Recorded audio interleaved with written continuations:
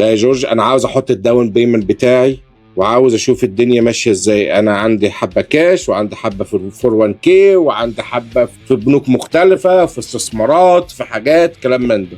عشان تسهل على نفسك، البنك اللي هو هيسلفك الفلوس بيبص على حاجه واحده بس.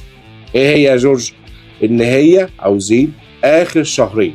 اي حاجه قبل كده يا ريت تعملها قبل كده عشان البنك مش هيبص عليك. تاني حاجه بقى واهم حاجه، اللي انت اما تيجي تشتري بيت يا ريت تخطط اللي انت هتشتري بيت.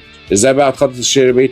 خد كونسلتيشن مع حد، مع لون اوفيسر يكون عارف ايه اللي بيحصل عشان يشوف لك الدنيا ماشيه ازاي.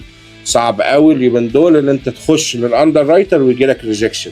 احنا بنحاول نقلل الموضوع دوت عشان اللون يتوافق عليك. لو عجبك الفيديو دوت يا ريت تعمل لايك وشير. لو عاوز ميعاد معايا ونتكلم مع بعض على زوم انا تحت امرك. روح بس gmbrokerage.com واحجز ميعادك معايا وربنا معاك.